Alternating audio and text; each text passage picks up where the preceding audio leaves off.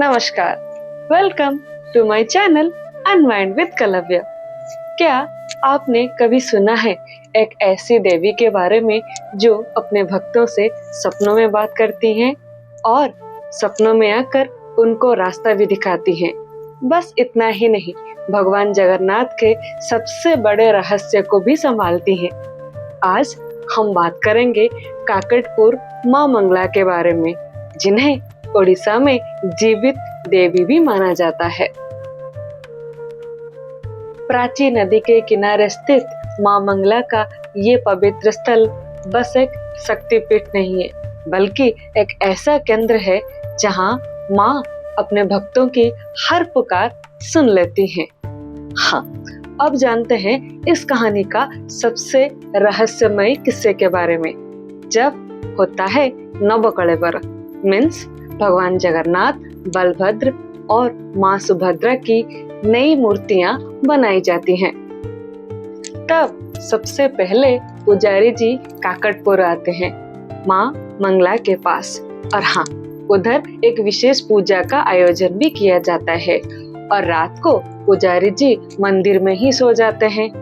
अब होता है असली चमत्कार, जब माँ मंगला पुजारी जी के सपनों में आती हैं और उन्हें उस पवित्र नीम पेड़ के बारे में बताती हैं जिससे भगवान जी की नई मूर्तियां बनाई जाएगी।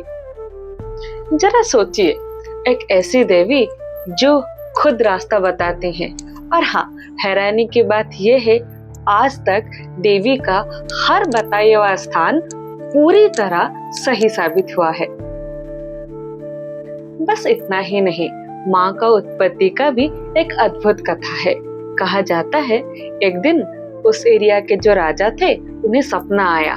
माँ ने उन्हें सपनों में कहा, मैं नदी में हूँ, मुझे बाहर निकालो एवं स्थापित करो। और अगली सुबह जैसे ही राजा ने खोज की तो पवित्र प्राची नदी में ही माँ की मूर्ति मिली, और बिल्कुल वैसा ही हुआ। राजा ने उन्हें उस नदी के किनारे में ही स्थापित किया और वहीं पर बना मंगलमयी माँ मंगला का वो भव्य मंदिर। संकटों से मुक्त करने वाली और इच्छाएं पूरी करने वाली माँ मंगला का एक विशेष पर्व मनाया जाता है। वो होता है चैत्र के महीने में, जिसे झामू यात्रा कहा जाता है। अपनी मनोकामना पूर्ण होने पर या फिर मन्नत मांगने के लिए भक्त ये पर्व धूमधाम से पालन करते हैं। जमीन पर लंबी पट्टी में जलते हुए कोयले और अंगारे बिछाए जाते हैं। इसका तापमान इतना अधिक होता है कि उसके पास खड़ा होना भी बहुत मुश्किल होता है। पर जब भक्त माँ मंगला का नाम लेकर उस पर चलते हैं और कभी-कभी अपने सिर पर कलश और देवी माँ का प्रतिमा भी रखते हैं, तो देवी माँ वहाँ खुद प्रकट होकर अपने भक्तों के लिए आसानी पैदा करती हैं।